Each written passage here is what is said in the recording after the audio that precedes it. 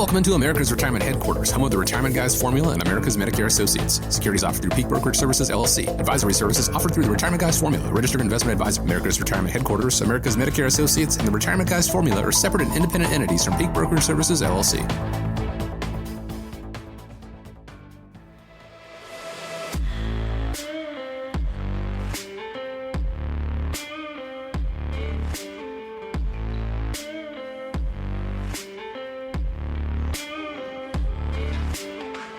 We appreciate you joining us today here on America's Retirement Headquarters, home of the Retirement Guys Formula, America's Medicare Associates, and Retirement Tax Partners with Nolan Baker. You can go to arhq.com. That is the website to find out more about Nolan and his team. Set up a time to speak with them there as well, arhq.com. Or you can give a call, 419-794-3030. That's 419-794-3030. My name is Chris Swan. Today on the show, the Fed continues to hold interest rates steady. Is there an opportunity here? We'll talk about how the media may impact your short-term decisions that could hurt your long-term success. And are you paying voluntary taxes? All this and more. But before we dive into it, let me check in. Nolan, glad to be with you once again. How are you, sir? Good. Yeah. You could say summer is officially here. I know we've had some hot weather here in Northwest Ohio. And my family, we had an opportunity to get away to Puerto Rico a week ago. So that was fun to be out there to celebrate with the family. And, you know, maybe kind of the last hurrah for a little while with Carter getting ready to move down to Florida and attend college down at Florida Atlantic University. And also last week we got to celebrate his presentation of his Eagle Scout ceremony. And kind of makes his official career of his scouting done until maybe some point he becomes a volunteer leader is what he could be nowadays. Closing chapters and then opening new ones. It's kind of the parallel to retirement, you know, people stepping away from the workforce and then getting into that next chapter known as retirement. And that's what you guys do at America's Retirement Headquarters, help people with that every single day. So I want to thank you for taking time out of your schedule to spend with the listeners here.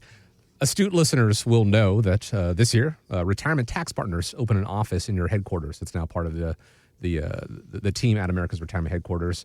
And a couple weeks ago, you mentioned that after tax season, your tax business started preparing tax what if analysis to help people look for ways to reduce taxes for 2025 and beyond. Can you give us an update on how that's going? Yeah, if you have a traditional IRA or 401k, and let's say the balance is $500,000, the IRS might already think it owns $195,000 of it. So if you're within 5 years of retirement or just recently retired and have an IRA or a 401k, that could be your biggest or second biggest asset that you own besides your home.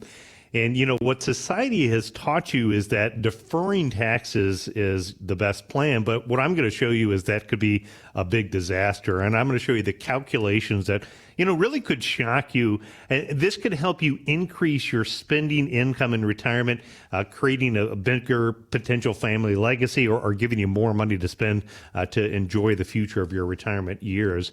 And so the first thing is let's look at the IRS thought of ownership of your 401k and IRA. Imagine if you owned a business and you had a silent partner who doesn't do any work, takes no risk, and claims 25% or more of what your profits are, and also could increase what they feel is their fair share of the cut of the profits anytime that they wanted to, and you had little to no control over, you know, when they did that in the future.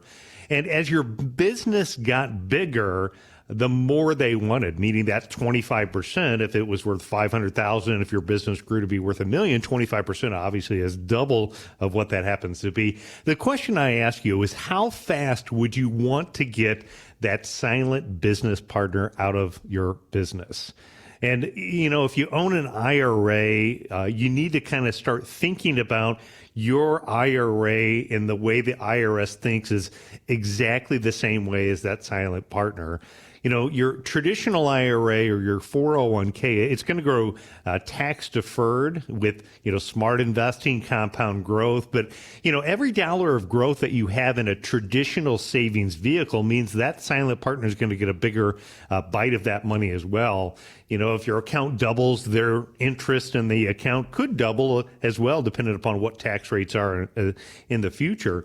You know, also, if you look at tax rates and you look at the compound tax problem that we we have, looking at like usdebtclock.org with our unfunded liabilities, the fact that Social Security is broke, Medicare's into trouble, and we've got all of these issues that are happening, it could be very possible that your tax rates could go higher in the future. So maybe, if you're in the 22% tax bracket, you could say in your personal situation, if you've been a saver and you've been successful at saving for the future, is it unrealistic for your tax rates to be 35% or higher in the future?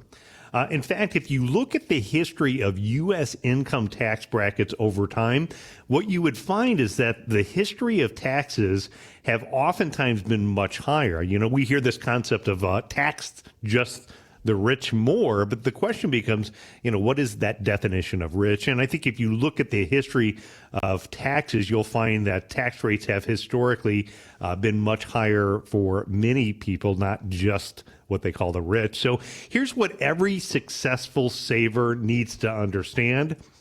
You can't control when those future tax rates change, but what you can control is you can control the tax rates this year. And the question is are you going to let the government be the biggest beneficiary, or are you going to take action while you really still can?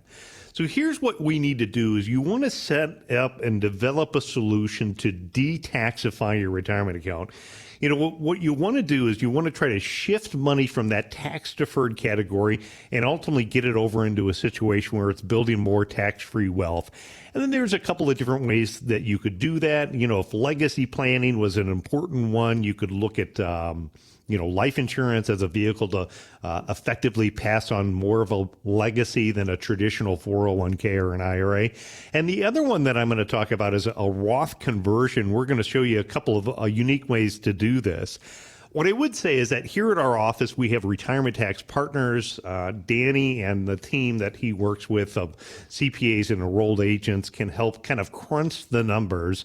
And if you're not working with retirement tax partners, I would say, first and foremost, I'm not a CPA, I'm not an accountant. You should always consult with your CPA or accountant, really before you make any changes of what you do with moving money from one category to another, because you don't want to get surprised and you don't want to find out that change could trigger something like unexpected higher healthcare cost or excess taxation on your Social Security. Most tax preparers that are out there, they don't really focus, in my opinion, on detaxifying retirement accounts. Most taxes and tax preparers out there, they do a really good job at trying to file accurate, on-time tax returns for really what happened last year. But once they get done with that, then ultimately they go back to a little bit of a slower season. Maybe they do bookkeeping for small businesses. Maybe they work on some of the extensions that they've done. But, one of the things that makes Retirement Tax Partners here at America's Retirement Headquarters is unique is we've been running these what-if solutions. So, of course, we focused on getting federal, state, and local taxes filed accurately on time.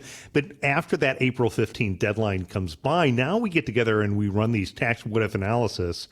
And I've got, some good scenarios on what I've been able to see on how to help people out, and good examples of seeing some of these what-if analysis come through after the time. So if you have somebody who prepares your taxes and you're not getting back together with them and you're not doing a what-if analysis and you're not asking the question, what can I do to minimize the taxes that I pay and my family pays during the course of my lifetime, you could surprise yourself with how much excess taxes that you pay. And I think, in my opinion, the time becomes crucial. It doesn't matter to me whether you're a Republican or a Democrat, whether you love the big, beautiful bill or you think it's the worst thing ever. The reality is if you look at the unfunded liabilities, our nation and our national debt is now over $36.2 trillion, and we're paying $952 billion just in interest payments annually. So the math is simple. The trajectory is unsustainable, in my opinion, without reduction of spending, right? And are we seeing the government reduce spending? Not really, not in many cases. So the other possibility that you could have is higher taxes. And history would show that higher taxes could be there for you and your family in the future. And if tax rates are higher in the future, your traditional IRA, your 401k, could also be taxed at a higher rate. Plus, in addition to that, if you're delaying taxes like a lot of people do, and then you wait until you're forced to, with what is called required minimum distributions, even when you don't need the money, you're going to have little to no control over what those taxes are in your plan. So the bottom line is this, if you have a few years before the current administration, makes any dramatic changes, I think is what my opinion is. And again, regardless of the politics, waiting means that you're going to have probably less control, less decisions, and significantly pay more taxes in the future. And so you really want to act, I think, while you still have control and create a tax roadmap every single year. Let's look at a real life example of somebody we'll call John. So John started on a 10-year plan. So 10 years ago, his plan was to turn 75% of his retirement account into tax-free wealth. Also wanted to reduce what he might have for required minimum distributions. He wanted to increase his spendable income and have the opportunity to leave a bigger legacy. So when we look at John today, John is 65. His wife is also 65. They retired back in July of 2016. They had a total of $866,000 saved in retirement assets. And even though he was spending money to fund his retirement, thanks to the market growth that he's had over the last 10 years, he still has $855,000 built up. So he's been able to keep up with, managing his withdrawal rates, maintaining his balance over his first 10 years of his retirement time. But what he did is he started to be proactive and he started to plan ahead and started every year to systematically try to move money over into the tax-free category. And now he has over $210,000 in tax-free Roth IRA accounts. He got to this point by every year, again, running a tax what-if analysis and looking at strategic as well as tactical Roth conversions. Strategic means looking at what is the amount of money or the room that you have in your current tax bracket that you can take advantage of and do Roth conversions. A tactical means that you look at the market conditions and sometimes you be a little bit more aggressive while you believe the market's temporarily down and it has the ability to come back. So in his situation, good news is, right, he's got some money built up into that tax-free wealth category. The problem is he still has $500,000 left in those tax-deferred retirement accounts that the greedy IRS is just waiting to get some of that money when he takes required distributions. So what he wants to do is he wants to, again, have a coordinated plan. And by coordinated plan, I'm talking about thinking about, how are required minimum distributions going to work into the equation? What is going to be the impact of taking money out of retirement accounts on Medicare costs? How are the ways that maybe you can maximize the legacy that you leave if you're going to leave money beyond you and your wife for your children? There could be strategies to do that. If we looked at his 2024 tax return, John had adjusted gross income of about $85,053 and a taxable income of $51,853. So when we looked at the tax what-if analysis, what we could see is that there's a potential of a Roth conversion opportunity of about $36,000. So that would be the amount that he has before he reaches that next tax bracket. Again, bringing his total taxable income, if he did a $36,000 Roth conversion, to about $88,000. Ideally, it'd be good to pick investments that have, some great growth potential. It's also good to look at this when the markets are a little bit lower in a short-term basis. And the goal is, again, to, pay the taxes on doing the Roth conversions, allowing more money to grow tax-free in the future. He does have to, again, pay attention to some of the other impacts that it could have on things like Social Security. So, again, another word of caution before you do this, make sure you look at talking with your tax preparer or professional and run that what if with a professional so you don't get surprised. And here's what John discovered, though, in his situation. If he continues to coordinate the conversion strategy over the next 10 years, he could have roughly 75% of his money into those tax-free Roth accounts. That means tax-free income for the rest of his lifetime, tax-free income for his wife if he passes away first. That could mean tax-free income for his children with the money that he has. He also has dramatically reduced required minimum distributions because the Roth doesn't have RMDs.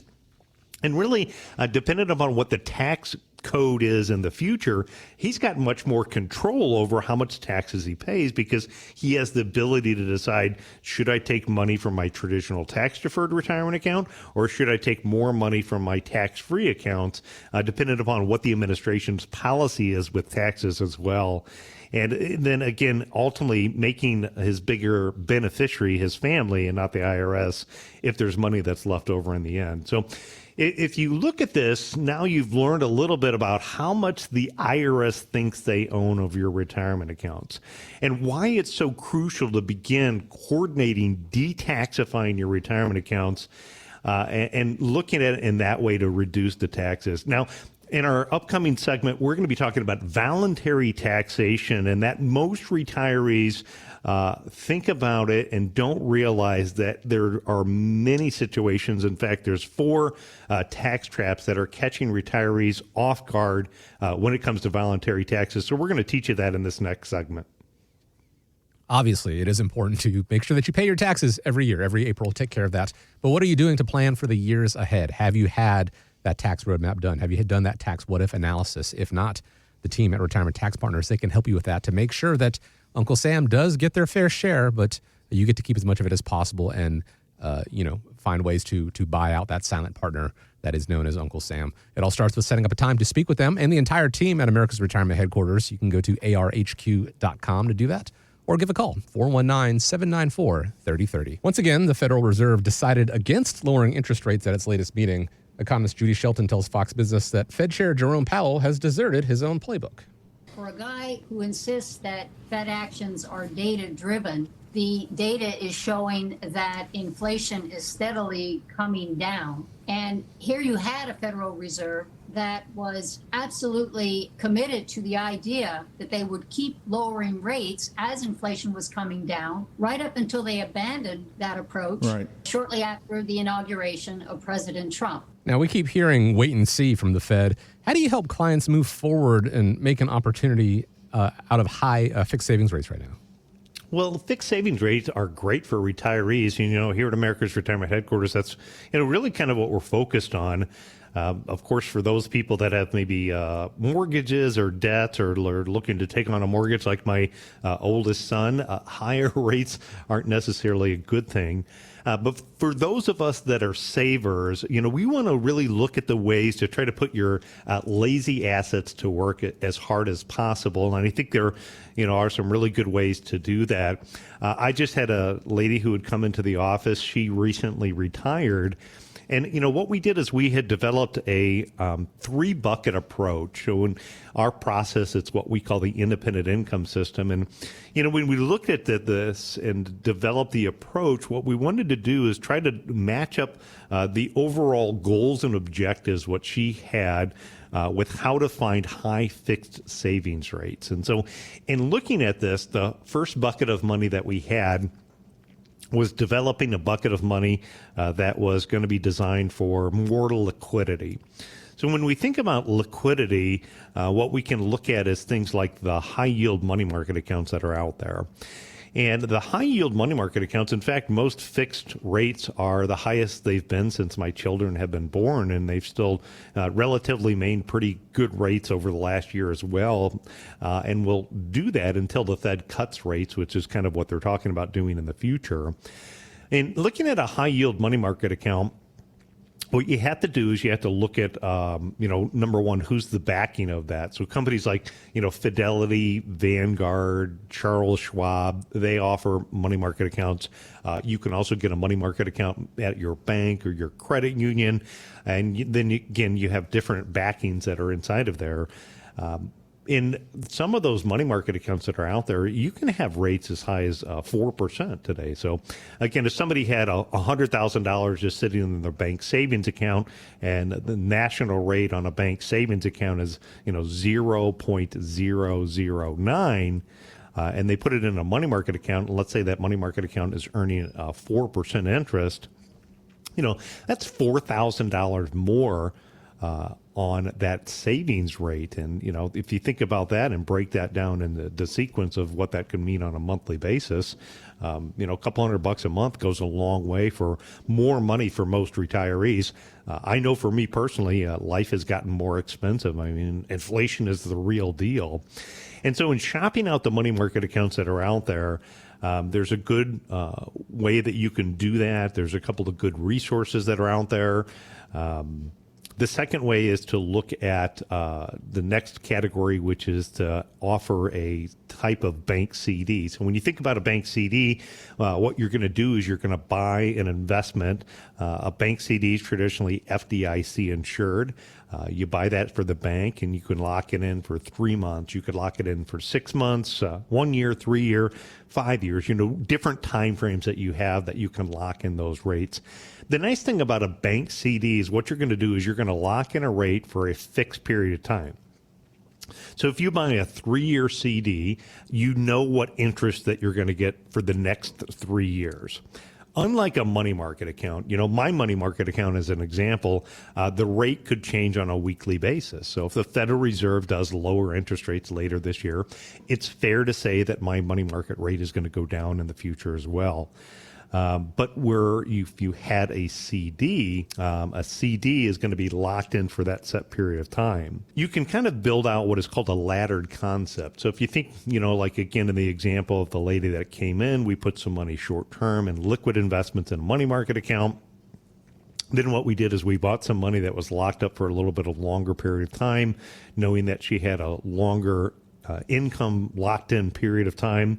The negative about, a bank CD is you have to take into consideration liquidity. So if you have a 5-year CD and you end up cashing it in 6 months, traditionally the bank is going to charge you some type of interest penalty. So again, you kind of got to think about liquidity. At the same time, I see so many investors that do what I call too much liquidity, right? So there's a cost to keeping too much liquid for a long period of time. The next category that you could have where we're beginning to see some higher interest rates and where I could see some higher opportunities would be in the municipal bond fund category, especially if you're an investor that has taxable money. So the good thing is if you have taxable money, you can take advantage of, again, higher rates on bank CDs. You can take advantage of higher rates on these money market accounts. But if it's in a taxable account, the drawback of that is that income is showing up on your tax return. So when you go file your taxes and the government's going to decide that they want to take 22% or whatever your tax bracket is of that, it really eats into your total rate of return. Municipal bonds, those type of investments are, again, they're backed by the municipality, so there's a little bit more risk than what you'd have in like a money market or an FDIC insured bank CD. So you do want to explore like what the risk is, what the opportunity is. If I think about risk in terms of 0 to 100, I think of a FDIC insured CD as 0 level risk, right? It's backed by the full faith and pledge of the government. When I think about the municipal bond fund category, I think about investments that I would traditionally put at about a 30 out of 100 level risk. So again, not really high risk, but a little bit more risk. And the advantage of that is because interest rates have gone up, you've got some more attractive rates in the municipal bond fund market. In addition to that, historically speaking, when interest rates go down, bond prices go up. So if the Fed does lower interest rates, it could be a positive for those of you that are municipal bond fund owners. You can get the same or maybe higher income that you're getting now on your traditional fixed, plus a little bit of a potential of a growth if, interest rates go down in the future. Another great category to consider. And then the fourth category to consider is what is called a MYGA, which stands for multi-year guaranteed annuity. So a multi-year guaranteed annuity is an insurance product. What insurance companies traditionally do is they're competing against those banks, and they're competing against, offering a fixed rate. So you can buy a fixed rate from an insurance company for, 1, 2, 5, 10 years. And that insurance company is going to back what that rate is for that set period of time. In my opinion, the multi-year guaranteed annuities tend to be very optimal for somebody that's looking to lock in higher rates, anywhere from 3 to 10 years. In a CD rate, what we have is kind of a little bit of an inverted yield curve right now, where the insurance companies of America, in my opinion, do a little bit of a job locking in rates for a little longer of a period of time. So if you're looking for rates and you want to go out there and look at different websites, you can go and you can Google it. One site that I found in particular is like bankrate.com. Traditionally does a pretty good job. If you read the fine print, it is being paid by people who sponsor ads, meaning that they're driving traffic specifically to them. So you've got to kind of do a little bit of your homework to figure out not just who's sponsoring to get a rate out there, but who offers some of the highest potential rates in your situation. You can also check with the company that you're working with. So again, I think about Fidelity, Vanguard, and Charles Schwab. If you already have an account with them, what you'd want to understand is that most of those companies are going to put the cash in the lowest interest investment first, unless you ask to get the higher savings money market account. So you'd want to find out, again, if you're with a company already and you have money in that investment company in cash, is it possible to get a higher interest rate in the company that you're already with, working in their money market account? And if you're looking at an insurance product, one of the software programs that we use here is called Annuity Rate Watch. And with Annuity Rate Watch, I have the ability where I can search about, 500 different products to find out what their ratings are, how long I can lock in the interest, and, what their rate is over that set period of time. And those rates change on a monthly basis. They can change on a weekly basis. And so who has the highest rate today could change in the future as well. So if you want to put your money to work and you want to find out, how can you try to get some of the highest fixed rate savings out there, it's a good time to put your lazy assets to work, because I believe with where rates are today, there's still some great opportunities for you. So often here on the show, Nolan talks about threats and opportunities, and it usually ties in with fluctuations, something changing, the market going up and down, tax rates. The same is also true when things don't change, when things remain kind of stagnant like the interest rates have been as of late. There are opportunities out there. You just have to know what you're looking for and what you're trying to achieve. The team at America's Retirement Headquarters can help you with that and find the best opportunities out there for you. All you need to do to get started is reach out, set up a time to speak with them, have that conversation, 419-794-3030, or go online to the website, arhq.com. Nolan, in the first half of the show, we did talk about Roth conversions and how that's a big planning opportunity. Retirement Tax Partners has pointed out to people when running those tax what-if analyses. Are there any other big observations they're finding when running these tax what-ifs? What if I told you that you could be paying thousands in taxes every year completely voluntarily? In the next few minutes, what I'm going to do is I'm going to show you how one couple was unknowingly paying $29,000 a year in taxes to the IRS just by where they kept their money. And this big mistake might be costing you thousands too. And the topic here is voluntary taxation. If I look at voluntary taxation, and what I do is I say go on Google. If you look at Google, it talks about the topic of voluntary taxation. And if you look at that, it's a theory of taxes should be voluntary. This is not at all what I'm talking about. Paying your correct amount of taxes to the IRS is absolutely mandatory. You could face criminal or civil penalties by doing that. What I am talking about here is I'm talking about there's two systems of taxation. One for the informed and one for the uninformed. And my goal today is to educate you on how you can legally keep more of your money away from the government. When we look at this, you have to understand that it's not your patriotic duty to pay $1 more of your fair share to the IRS. But if you're doing your own taxes or using a CPA that's simply recording history instead of planning for the future, you could be falling into what I call voluntary taxation. And today I'm going to show you 4 specific areas that can help you in looking at your tax return, in areas that maybe you could be bleeding money, and I'm going to show you how to fix it. So the goal here is to simply shift your money. You want to shift your money from the taxable category to the tax-deferred category and ultimately get it over into the tax-free category. Let me share an example with you. First of all, I want you to meet Pete. Pete's retired. He's married. You know, life has been good. Pete was a successful saver and a business owner for quite a few years. And if we look at the numbers on his tax return, the first thing that we're going to do is we're going to go to line 2B. In looking at line 2B, it's going to talk about the amount that he has in taxable interest. So again, because Pete was a good saver over the years, he's built up a lot of money in savings, money market accounts, and CDs. And, you know, if we look at things today, the good news is those fixed rates are some of the highest we've seen in, 15 or 20 years. So he's earning a lot more interest today than what he would have earned 5 years ago. And because of that, on his tax return, it's showing up about $122,000 of taxable interest that's reported on his tax return. You know, he thought he was being smart. Obviously, he was locking in some of these higher interest rates.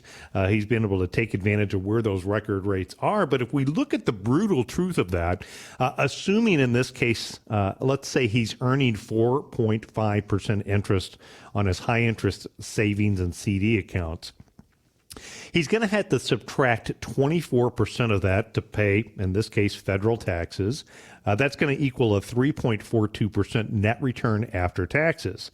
Now, we also now need to take into consideration inflation, right? If we look at it, inflation has definitely come down. But I would say, as a personal consumer myself, inflation is still the real deal. You know, just go take your family out to eat, go on vacation or things like that, and you'll find out that inflation is still the real deal. If I look at the inflation data as of, July of 2025, the government reports inflation to be at 2.3%.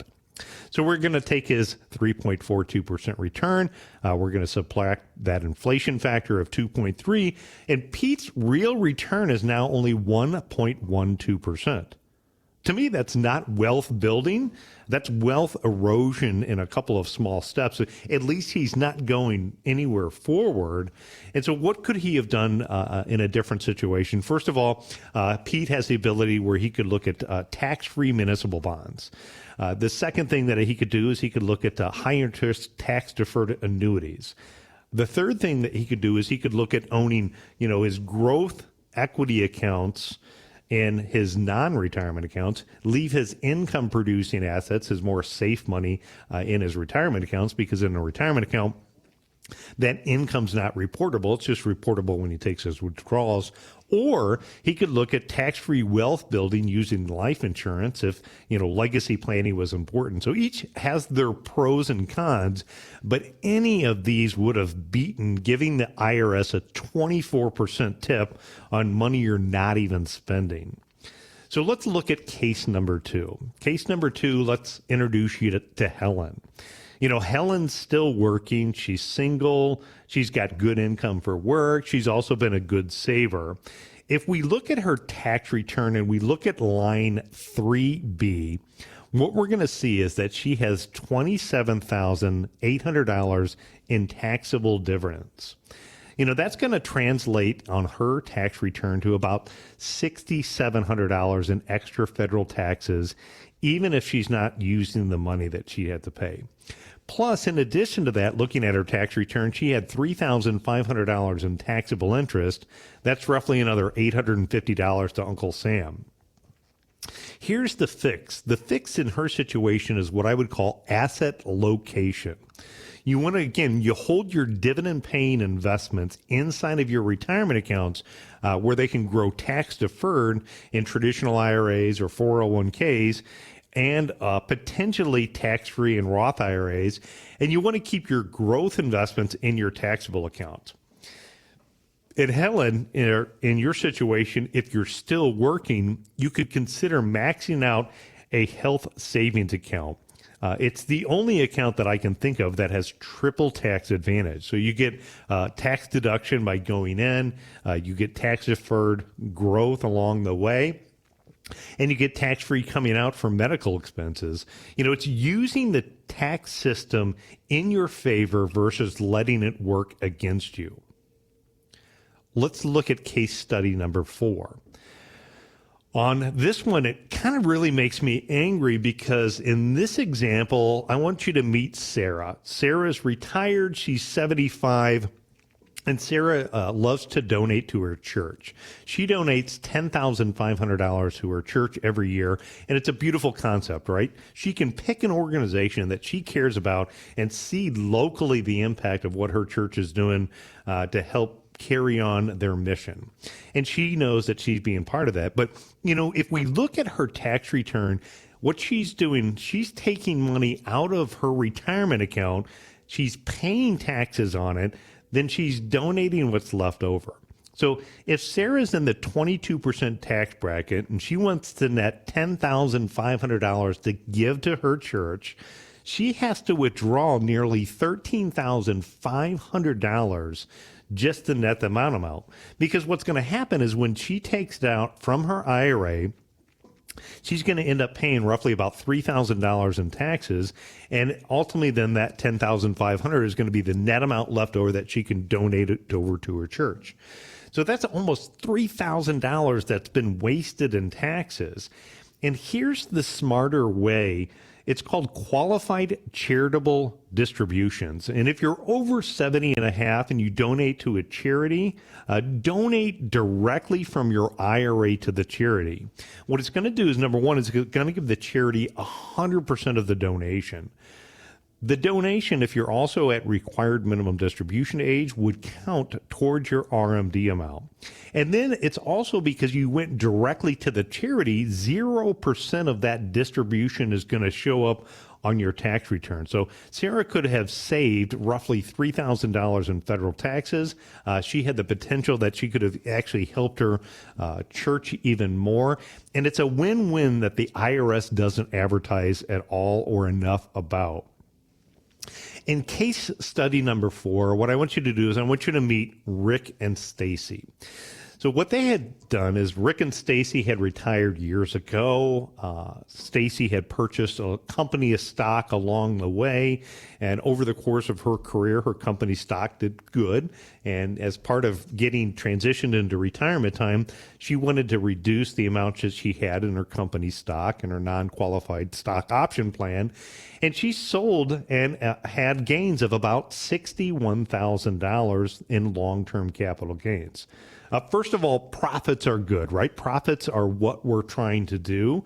So I don't want to lose sight of the fact that you want to have profits in the investment that you had.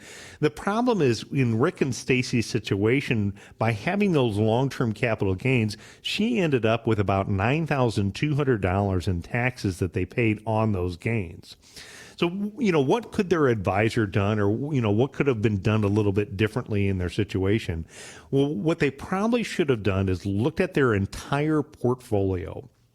So if they had other investments that they owned just besides the company stock and non-retirement accounts, and they could look at some of those that maybe they were potential losers, they could sell some of those losers to offset that gain. So in early November, smart investors are going to run a realized gain loss report.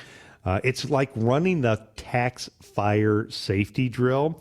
You want to see where you stand tax-wise, and then you want to make smart moves before December 31st. You have the ability where you could offset some of your gains with some losses that you have. And if you have more losses than gains, you have the potential where you could deduct up to $3,000 per year against your ordinary income. So just remember that if you sell a stock in a non-retirement account, you got to wait 31 days if you're going to buy that stock back before you have the wash sale rule. And again, every year you want to go through, if you have a non-retirement account, running that unrealized gain loss report. I recommend doing it now if you haven't done it, or definitely do it before end of the year. And give yourself a little bit of time. That way you have the ability to make a decision of which of any changes that you want to talk about with your financial professional, and also talk with, again, your tax preparer, your CPA, or somebody like that. So as you've seen today, the IRS doesn't always take all of your money. You oftentimes hand it over voluntarily just by not knowing what your options are. Whether it's interest income, it's dividends, it's IRA distributions, or it's capital gains, the choices you make today determine your tax bill for this year and for years to come. And that's really why Retirement Tax Partners is here at our office, and that's why they create that what-if analysis and the tax roadmap. By doing that, it's going to get you three powerful things. It's going to get you a 25-point saver checklist, looking for missed opportunities. You're going to get a personalized roadmap that aligns your investments, your income, and your goals. And then they're going to provide you a tax what-if analysis that shows you in black and white, how much you could save by making some strategic shifts within your plan. We've got links in our description below on our YouTube channel. You can sign up on our website at arhq.com, or you can call us at 419-794-3030. Ask for a tax review by our tax professionals at Retirement Tax Partners. We can put that together for you, and we can help you with determining what are the ways to reduce the amount of taxes that you're paying voluntarily. By sitting down and speaking with the team at Retirement Tax Partners, not only will you be better informed about it, but you'll figure out how to make sure that you don't do any voluntary taxation if at all possible. So again, 419-794-3030 is the phone number, and the website's arhq.com. A recent study found that most financial professionals say clients are worried about protecting their investments from a market downturn. Advisors are also concerned that clients are allowing headlines to guide their long-term investment decisions, with many trying to time the market. We've spoken at length about how you probably shouldn't try to do that. Do you have any stories about clients that are influenced by the media? Well, where you get your retirement advice can make a big difference on your long-term financial success. And I can think of, so many different examples of where I've seen this happen. I remember one gentleman who came up to the seminar. It was about 2 years before the Biden administration was finished, and he had read an article that talked about how the disaster was going to be coming in the market, and he sold off his investments and went to cash. He never ended up working with our firm, but I just wonder, sitting in cash for those last 2 years, if that's what he did, he missed out on 2 years of back-to-back, double-digit gains in the market. I can think about a gentleman who had come up to me at an event that had shared with me the opportunity he found on social media. This opportunity talked about how he could get, 7 to 10% rate of return on, what he understood to be a low risk investment. We did a little bit of a due diligence into it, and it was a company that ultimately was buying debt from people that already had defaulted on their debt. So if I think about low risk, they already couldn't pay their debt. How we're buying the debt of people who couldn't pay their debt could be considered low risk. But again, I think some of the advertisement that he saw there tended to be, somewhat misleading. And I think if you think about it today, you've got to, number one, avoid some of the social media hype that's out there. I see ads myself, whether it's on, Facebook, Instagram, or TikTok. Just realize in this today and age, anybody can start a social media channel. Anybody can open up an Instagram or TikTok account. Anybody can give you advice. And in fairness, I'd say a lot of people are trying to give you good advice.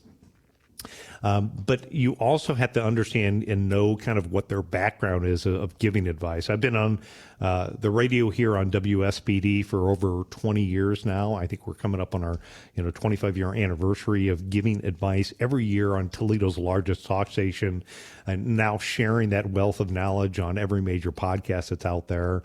For the past 10 years, we've got our YouTube channel with over 250,000 views as well. So you kind of look at, again, who is giving you you that advice. The second thing that you got to pay attention to is know what they're selling. At the end of the day, I would say I am a licensed financial advisor.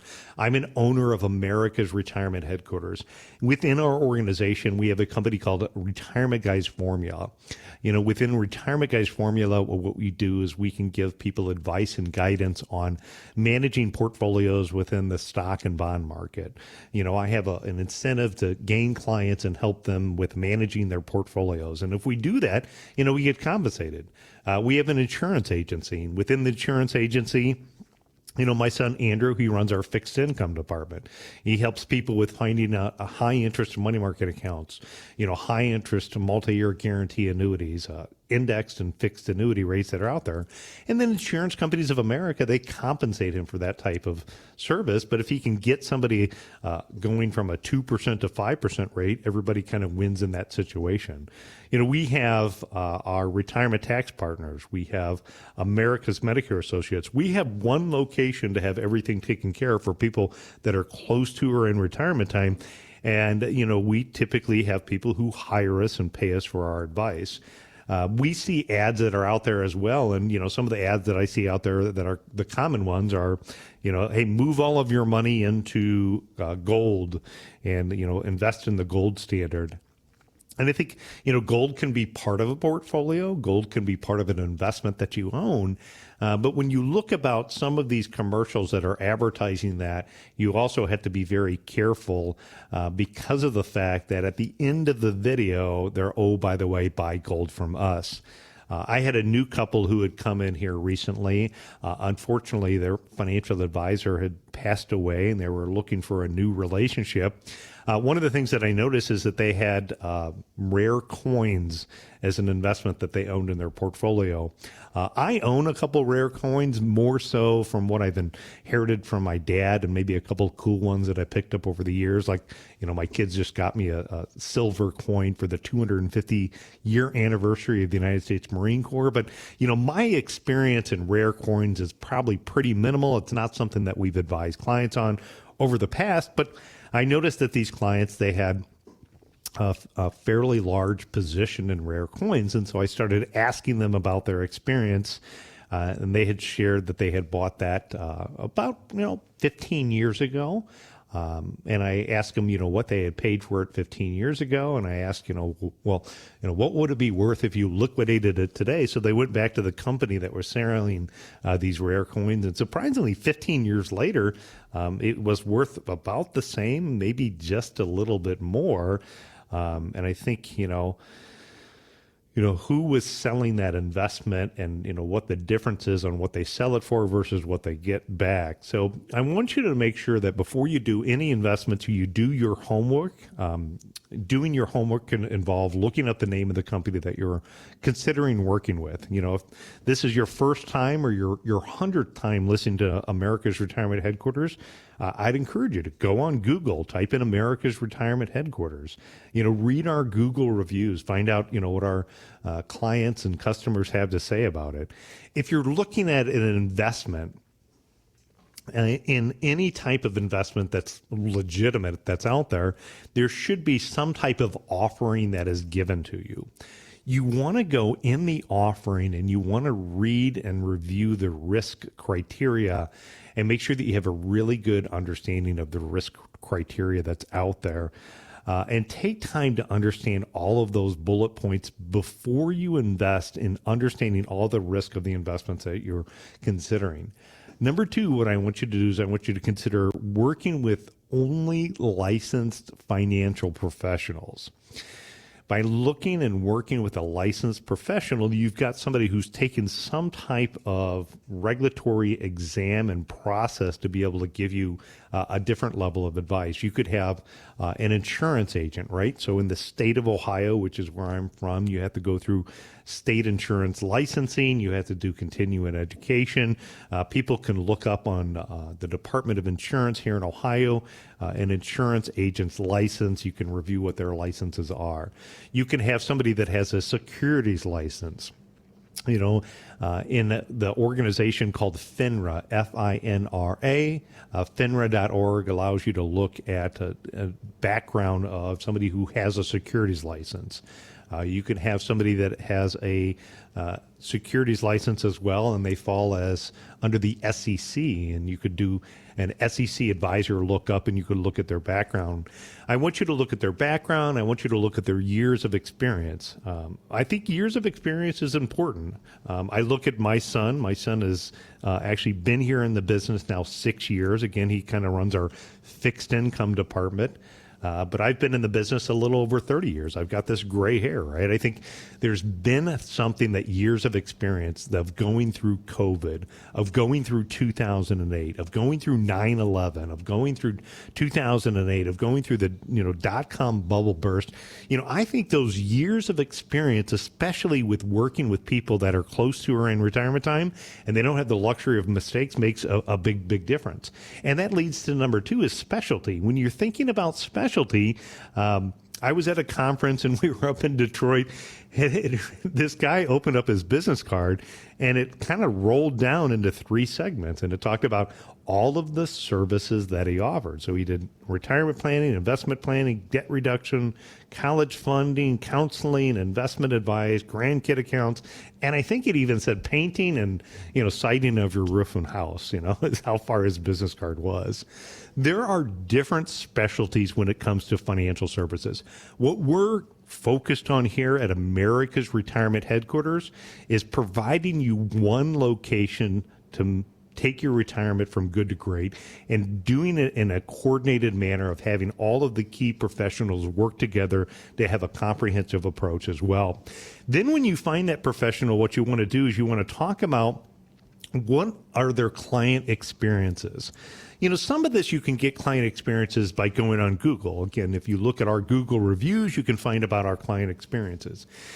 If you do find a financial professional and you want to work with them, and maybe you're interviewing 2 or 3, what I would encourage you to also do is say, hey, if you don't mind, can I get a reference of 3 clients that I can talk with?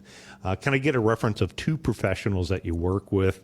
And give those professionals, give those clients a call and ask them.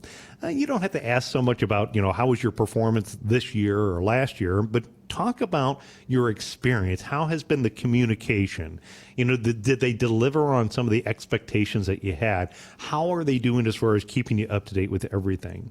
Then if you are looking for online resources, again, if you followed my advice in the earlier of skipping the social media hype, you want to go to a more reputable organization. One that I personally use and I like to get advice from is Morningstar. So Morningstar.com, they've got a free version, gives you a wealth of information, good place to do some research on publicly traded investments. Morningstar has a couple different paid versions that you can do as well. But if you go on there, it'll help you, address some of those questions. And if you look at, the concerns that you have on where to get advice from retirement, look, I understand that. For many retirees, you're worried about protecting your life savings from a big downturn. You're wanting to find investments that help you outpace inflation. You're wanting to figure out, how do I develop a plan that's designed to meet my goals? And if I have enough left over, how do I effectively pass it on to my loved ones and not leave it to my least favorite relative, Uncle Sam? Those type of concerns are all very important ones as well. And I think those are the reasons why it's so crucial on where you get your retirement advice from. And don't allow short-term media headlines to impact your long-term decisions. So if you see a headline, what I want to do is, before you make a change, I want you to ask yourself one thing. And that one question is will this matter in 5 years from now? If your answer is probably not, or probably not that much, it's not a reason to make a big financial change. But if you need advice on making a change and you want to find out, again, what I encourage you to do is continue to listen to our show here every week on Toledo's largest talk station. If you'd like to get more in-depth advice, go over to our YouTube channel or any major podcast that's out there. Type in America's Retirement Headquarters, and just remember that we're here for your entire life. America's Retirement Headquarters is located at 1700 Woodlands Drive in Maumee, Ohio. You can reach them by calling 419-794-3030 or online at americasretirementheadquarters.com. Exposure to ideas and financial vehicles discussed should not be considered investment advice or recommendation to buy or sell any financial vehicle. Investments can fluctuate and when redeemed may be worth more or less than when originally invested. Nolan Baker is not affiliated with nor endorsed by the Social Security Administration or any other government agency and does not provide legal or tax advice. Please consult with your attorney, accountant, and or tax advisor for advice concerning your particular circumstance. Annuity guarantees rely solely on the financial strength and claims paying ability of the issuing insurance company. By contacting us, you may be provided with information about insurance and annuity products offered through Nolan Baker, Ohio Insurance License Number 27787.